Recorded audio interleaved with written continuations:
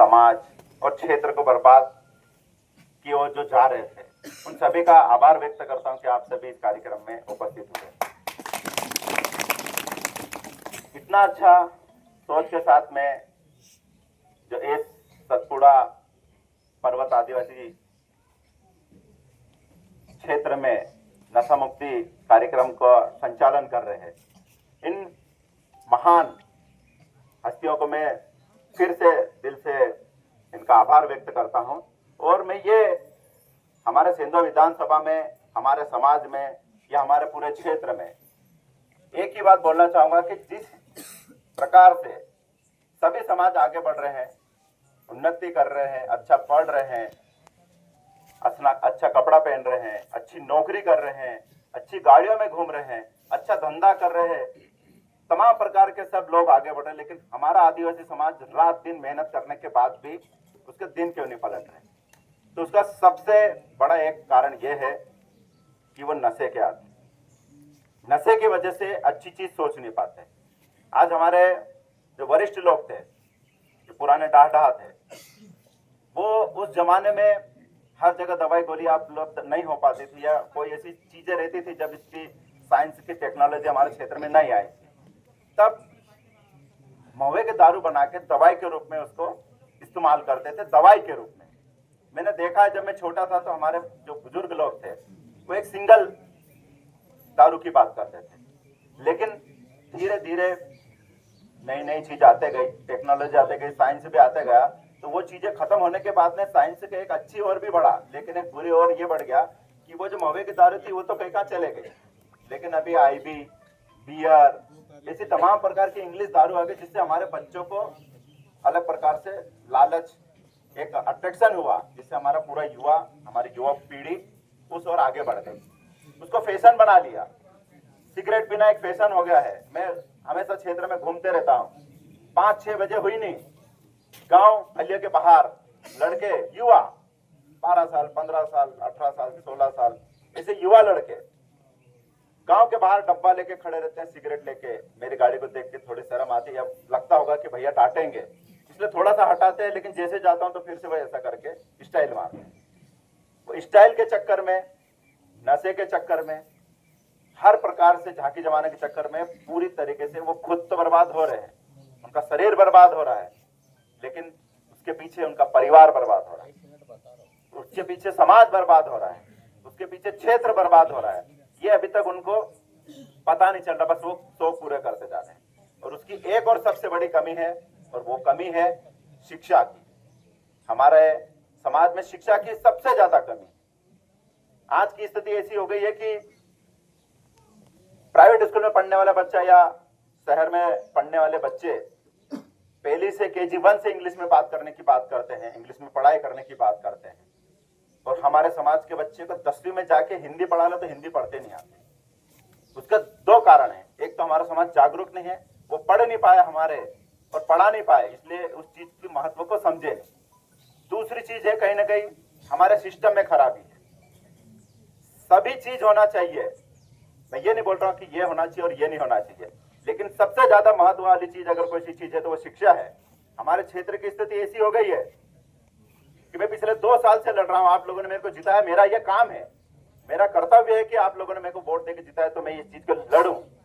अब 2 साल लड़ते लड़ते हो गया। 153 स्कूल हमारे सिंधु विधानसभा में ऐसी जिसमें शिक्षक विहीन है, लेकिन आज तक भी मांग करते करते थक गया, लेकिन अभी तक वहां पर टीचर की व्यवस्था नहीं। ये कहीं ना कहीं हमारे सिस्टम की खराबी है।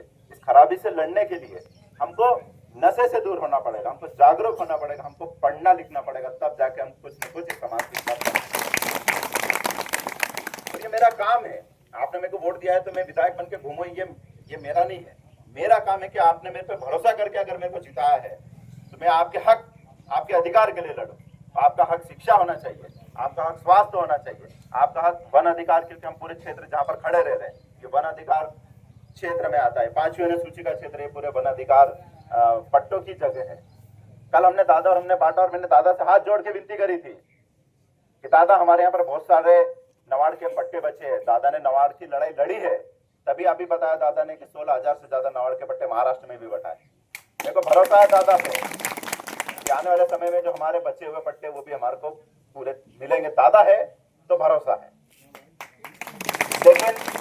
लेकिन शिक्षा, मैंने बोला ना कि आपने मेरे को वोट देके जिताया, तो मेरा फर्ज है, मेरा कर्तव्य, मेरा काम है कि मैं आप लोगों की बात को उठाऊं, आप लोगों के लिए लड़ूं। लेकिन अगर मैं लड़ने जा रहा हूं और अगर हमारे युवा अगर नशे के आदी रहेंगे तो मेरे साथ में खड़ा कौन रहेगा? मैं लड़ूंगा किसके लिए? मैं बार बार एक शब्द बोलता हूं कि हमारे जो बुजुर्ग लोग हैं उन्होंने तो नवाड़ कर ली, उन्होंने तो यहाँ तक जीवन देख लिया है, हम क्या करेंगे? अरे हमारे बाद आने वाली पीढ़ी क्या करेगी? अब तो नवाड़ भी खत्म हो गई, तो नवाड़ आगे जाके कर देंगे, नौकरी भी नहीं मिल रही है, धंधा भी नहीं कर पाएंगे, तो क्या करेंगे? कम से कम हम अच्छे से खेती कर सके या अच्छे पढ़ाई कर सके या अच्छे तरीके से जीवन को सरलता से जीना सीख ले, तो कहीं ना कहीं हमारे खुद हमारा शरीर को बचाएंगे, हमारे परिवार को बचा देंगे और हमारे समाज को भी बचा देंगे। ये जरूरी है, क्योंकि आने वाले समय में जो विरासत मिलने वाली हमारे जैसे युवाओं को मिलेगी। युवा को तो संभालना है आगे। अब दादा ने या आपके माँ बाप ने, मेरे माँ बाप ने, जितने वरिष्ठ लोगों ने जितना काम करना था कर लिया और हमको यहाँ तक पहुंचा दिया, हम क्या करेंगे? हम अगर नशे से दूर नहीं होंगे तो क्या करेंगे? हम पूरी तरीके से हमारे आने वाली पीढ़ी का, हम तो ठीक है, हमारे बच्चों को तक हम बर्बाद कर देंगे। आज छोटे छोटे से लड़के 15 साल वाले, 16 साल वाले इतनी फास्ट बाइक चलाते हैं, मर कौन रहा है? मैं विधायक हूँ, हर जगह से मेरे पास फोन आते हैं, सब लोगों के पास में मेरे नंबर है, तो हमारे लड़के ही ठुका के मर रहे हैं, तो ठोकने वाला भी हमारा ही है, और जब मेडिकल होता है तो पता चलता है कि नशे में, वो ठुकाने वाला भी हमारा ही रहता है। परिवार घर पे रास्ता देखता है।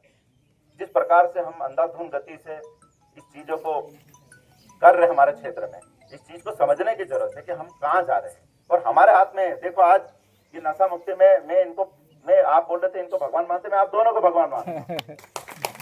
कि हमारे समाज के लड़के देखो ना, अभी ये जितने भी इसमें 1-2 ही वरिष्ठ होंगे, बाकी सब युवा बैठे हैं।